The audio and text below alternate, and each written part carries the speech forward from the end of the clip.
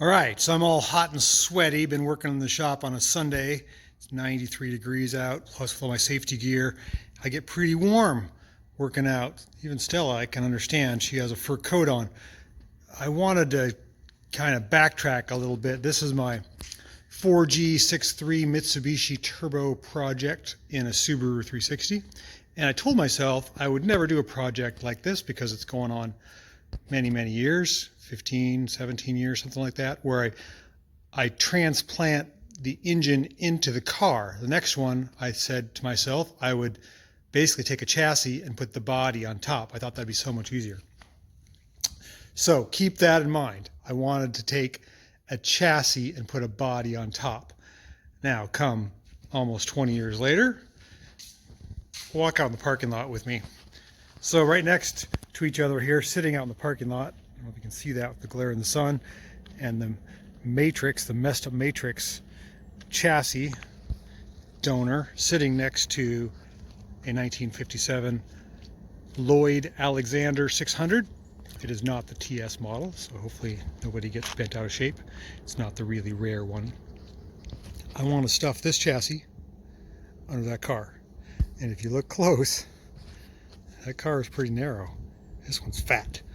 I'm still not certain how I'm going to get the engine and all the stuff under that, on top of that, but I'm going to try. So I spent the better part of today cutting out the rockers. You can see from here back, we've got basically 4 feet from across the floor pans, but we've got, you can see that?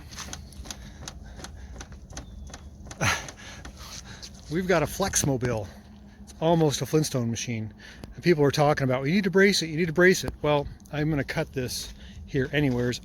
I'll put on the hoist, which is level, and I'll run some support beams once I get the section cut out. I basically have to cut out between here and here about 13 inches to get the wheelbase of this Matrix to line up with the wheelbase of the 57 Lloyd. So let's talk about the Lloyd for a minute. You've probably seen enough of this car and how I'm going to shove it under this car.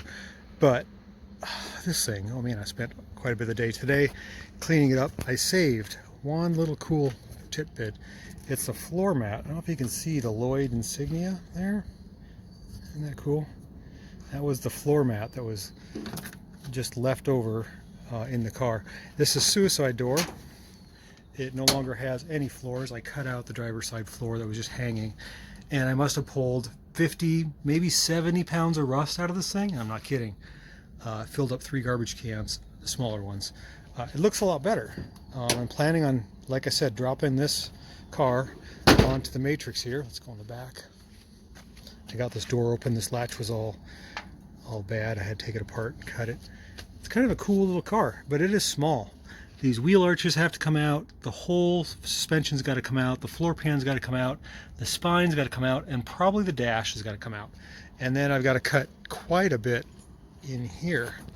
I mean, all this has got to come out because that engine is so much bigger. So I'm willing to give it a try. I don't know how well it's going to work, but this has lateral springs, drum brakes, manual steering. It had a 2-cylinder with a 4 on the tree gearbox and front wheel drive. And this has 1800 cc's with VTEC, or the Toyota version of VTEC, which is VVTi or something.